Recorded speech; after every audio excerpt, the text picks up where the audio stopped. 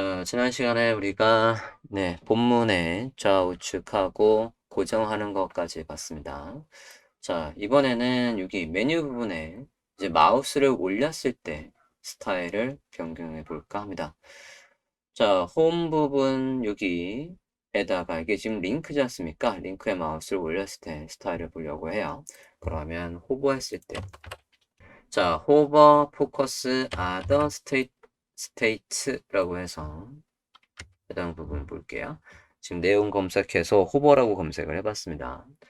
자, 호버를 만들면 지금 보시면 이렇게 호버한 다음에 콜론하고 호버 시에 배경이든 색깔이든 그런 걸 지정할 수 있겠고요.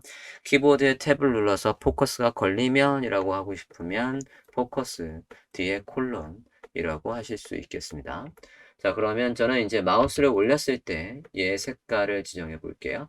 자, 기본적으로는 조금 회색으로 색깔을 좀 낮추고 마우스 올렸을 때 흰색으로 올라오도록 해보겠습니다. 메뉴에 가볼게요. 자, 메뉴에서 메뉴 안에 있는 글씨들은 다 글씨 색깔을 약간 회색 톤으로 낮출게요. 글씨 사이즈도 지정을 해보겠습니다.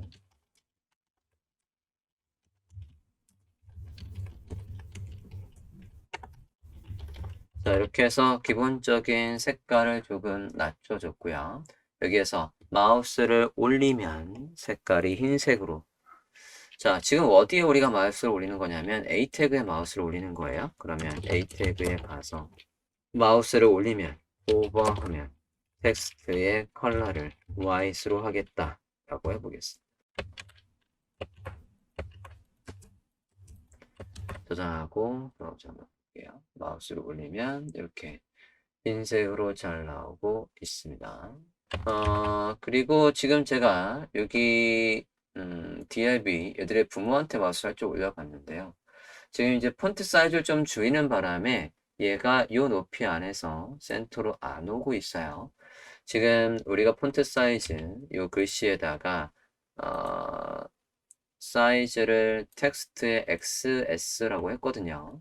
그러면 XS가 수치가 몇인지 좀 볼게요. 폰트 사이즈에서 XS가 지금 보면 0.75 램이고 그리고 라인 하이트가 1 램이네요. 자, 아까 메뉴의 높이를 좀 확인해 볼게요. 그러면 로고의 높이랑 똑같이 잡아주면 센터에 있을 거거든요. 자, 얘한테 마우스 올렸을 때 얘가 24예요. 그러면 얘한테 가서도 라인 하이트를 24라고 하면 이 높이 안에 센터에 있겠죠? 기본적으로 이 테일윈드 CSS는 모든 단위가 기본 단위는 램 단위입니다. 자, 램 단위에서 24픽셀 만들어지려면 1.5램 16 곱하기 1.5 하면 24가 되겠습니다. 리딩 6라고 해서 넣어볼게요. 자, 리딩 6 넣어줬고요. 브라우저 화면에서 보도록 하겠습니다. 그러면 얘가 이제 라인 하이트가 1.5 껐다 켰다 해보면 위로 그리고 이제 여기 메뉴 안에서 부모가 만들어진 높이 안에서 정확하게 센터에 있는 걸 볼 수 있겠습니다. 자, 텍스트에다가 마우스 올렸을 때 색깔 바뀌는 것도 봤고요. 자, 저는 이제 마우스 올렸을 때 여기에 흰색의 밑줄이 나왔으면 좋겠습니다. 자, 그것까지도 가보면 마우스 오버했을 때가 얘라고 했으니까요. 오버했을 때 언더라인이라고 추가를 해보겠습니다. 저장하고 브라우저 화면 볼게요. 오버에 오토가 있었군요. 언더라인 다시 보겠습니다. 마우스를 올리면 이렇게 해서 이제 밑줄까지도 나오게 되었습니다. 자, 다음으로 알아볼 건 이제 반응형입니다. 반응형에서 얘들이 구간이 어떻게 되어 있나 한번 볼게요. responsive. 자, responsive 디자인 항목을 보면 미리 구간 설정이 이렇게 5개로 되어 있습니다.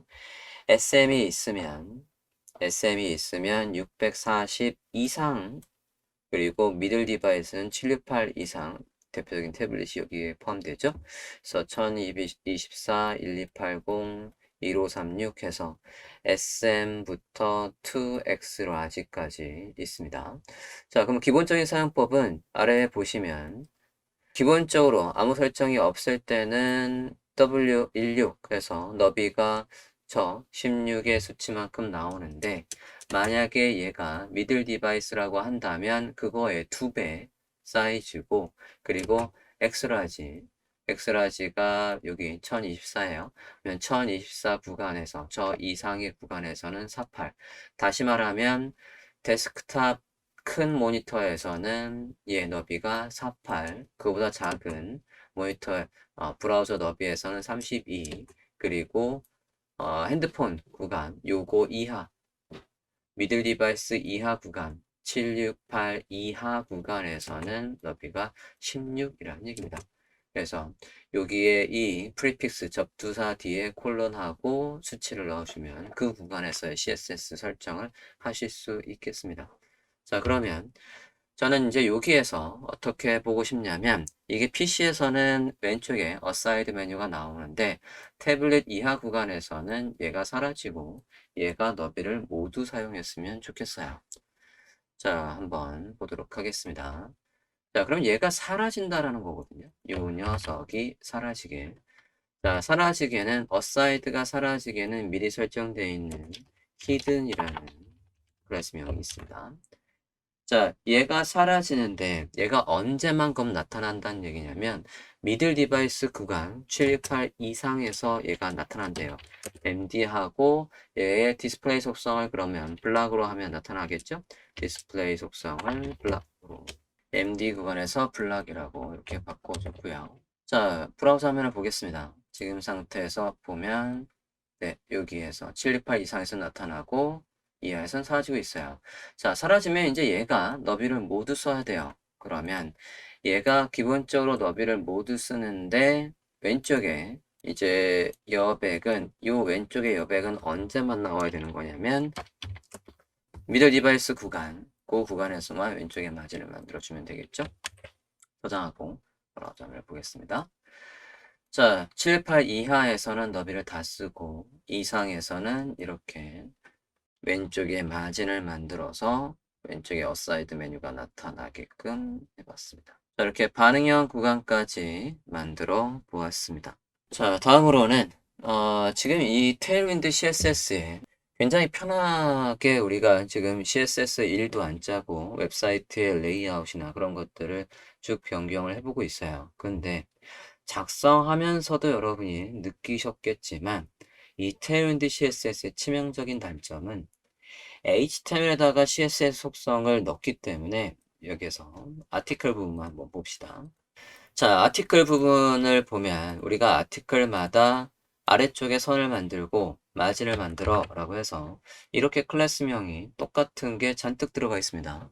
만약에 테일윈드 CSS를 쓰지 않았다라고 한다면 우린 이 스타일을 어떻게 잡을 수 있을 거냐면 섹션 안에 아티클에 가서 보더 바텀, 보더의 색깔, 그리고 아래 마진에서 하나의 CSS만 써주면 여기에 이렇게 HTML에다가 지저분하게 클래스명을 많이 안 넣어도 구현이 됐을 텐데 지금 얘는 미리 설정되어 있는 CSS를 활용하기 때문에 이렇게 반복을 하실 수밖에 없어요. 자, 저 반복되는 거를 지금 보더 바텀에 보더 그레이의 저 속성을 나만의 CSS 속성으로 만들어 버리고 얘를 조금 더 줄여서 아티클의 보더라고 읽기만 하면 얘가 구현되게끔 해보고 싶어요. 마찬가지 위에에서도 로고에서도 이 부분들 로고의 스타일들도 반복이 되고 있습니다. 자, 저것들을 하나의 속성으로 합쳐버리고 그 클래스명을 좀 짧게 쓸 수 없을까? 자, 그러려면 이 클래스명들을 하나에 합치려면 마찬가지 미리 설정되어 있는 우리가 지금 여기에서 플렉스니 텍스트 XX니 쓸 수 있는 이유는 테일윈드 CSS에 얘가 미리 설정되어 있기 때문에 그렇습니다. 그러면 여기에다가 설정을 해주면 되겠죠? 자, 여기에 설정을 하는 방법은 얘를 만들 때 옵션을 이용해서 생성을 한번 해보도록 하겠습니다. 자, 반복적인 CSS 속성들을 하나의 속성으로 합치려면 지금 우리가 이제 퍼블릭 폴더 안에다가 작업을 하고 있는데요. 소스 폴더를 하나 만들고 폴더 하나 더 만들어 볼게요. 여기 말고 루트에다가 source라는 폴더를 만들어 보겠습니다.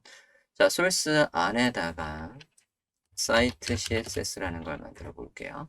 여기 있는 속성을 이용해서 기본적으로 tailwind css가 만들어지는 기본 베이스 설정을 할 수가 있습니다. 자, 지금 제가 하려는 건 tailwind css에서 베이스 스타일을 설정하려고 해요. 자, 베이스 스타일을 설정하려면 요것들이, 자, 기본적으로는 베이스 스타일, 우리가 어떤 설정을 따로 하지 않아도 기본적인 얘들의 기본 설정대로 테일윈드 CSS가 만들어지는데, 거기에 부가적으로 내가 조금 더 추가를 하겠다라고 하면 이 코드가 기본적으로 있어야 돼요. 자, 얘를 여기 복사해서 넣어봤고요. 자, 사이트 CSS에다가 나만의 스타일을 추가해 보려고 합니다. 자, 추가는 아까 HTML 볼게요. HTML에서 여기 호버의 스타일, 요게 지금 계속 반복돼서 저거를 메뉴의 스타일로 해서 한번 써볼까 합니다. 자, 클래스명 있는 거 복사했고 사이트 CSS에 와서 작성을 한번 해보겠습니다. 저거를 헤더의 메뉴라고 해드릴게요. 이렇게 정확히 보겠습니다.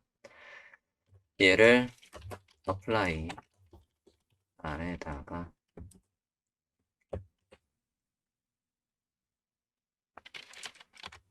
자, 여기에다가 여러분 지금 저기엔 없는 일반적인 CSS를 넣을 수도 있어요. 예를 들어서 폰트 사이즈에서 폰트 사이즈를 다르게 바꿀 수도 있고 일반적인 CSS의 속성과 값을 그대로 넣을 수도 있습니다. 그것까지 해서 나만의 요 클래스명으로 있기만 하면 구현하겠다는 거고요. 만들면서 추가, 아까 아티클의 이 녀석도 굉장히 반복이 됐단 말이에요. 아티클의 속성도 추가해 볼게요. 아티클의 보더 apply 해보겠습니다. 자, 그러면 사이트 CSS에 있는 저 속성을 이용해서 테일윈드 CSS를 다시 생성해 보도록 하겠습니다. 터미널 npx tailwind css source 안에 있는 걸 빌드를 이용하는데 source 안에 우리가 사이트 CSS를 만들었죠. 사이트 CSS의 속성을 이용해서 public 폴더 안에 tailwind CSS를 다시 만들어 라고 해보겠습니다. 자, 만들어졌으면 우리가 지금 아까 입력한 게 아티클의 보더가 있는지 한번 볼게요. 자, 그러면 아티클의 보더라는 클래스명 그리고 아까 메뉴의 호버 해서 여기 스타일도 그대로 있습니다. 헤더의 메뉴의 호버 해서 이제 제가 필요하면 우리는 이제 이 클래스명을 넣어주면 된다는 얘기예요. 헤더의 메뉴부터 보겠습니다. 헤더의 메뉴라는 저 클래스명을 써주면 된대요. 써보겠습니다. 여기에서 클래스명 얘가 있고 그리고 얘에 호버했을 땐 이 녀석이 있어야 되겠어요. 여기에 호버했을 때니까 클래스명은 이것만 쓰면 되겠죠. 이것만 쓰면 거기에 호버했을 때 흰색의 스타일도 나올 걸로 예상이 됩니다. 브라우저 한번 볼게요. 마우스를 올리면 스타일 잘 반영되고 있습니다. 아티클에 있는 것도 우리가 이제 클래스명 뭐로 내부 아티클의 보더라는 클래스명으로 만들었으니까 이 부분을 모두 바꿀 수 있겠죠.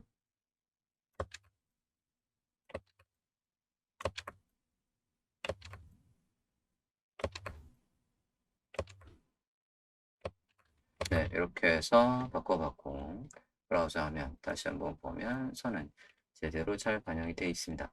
요소 검사한테 해서 아티클의 스타일이 제대로 반영되어 있는지를 보면 아티클의 보더에 이런 식으로 보더 바텀, 두께, 컬러, 안쪽에 패딩, 바깥쪽에 마진 해서 잘 적용이 되어 있어요. 자, 이렇게 간단하게 문서를 만들어 보면서 테일윈드 CSS의 사용법을 알아봤습니다. 자, 테일윈드 CSS의 사용법. 여기에 기본적으로 다양한 프레임워크에서 사용법들이 다 분리돼서 있으니까 어, 여기 지금 제가 언급한 것 말고라도 다양한 속성들, 박스의 사이징이, 디스플레이니, 플롯이니 이런 속성들도 확인해 가면서 여러분 프로젝트에 적용하시면 되시겠습니다.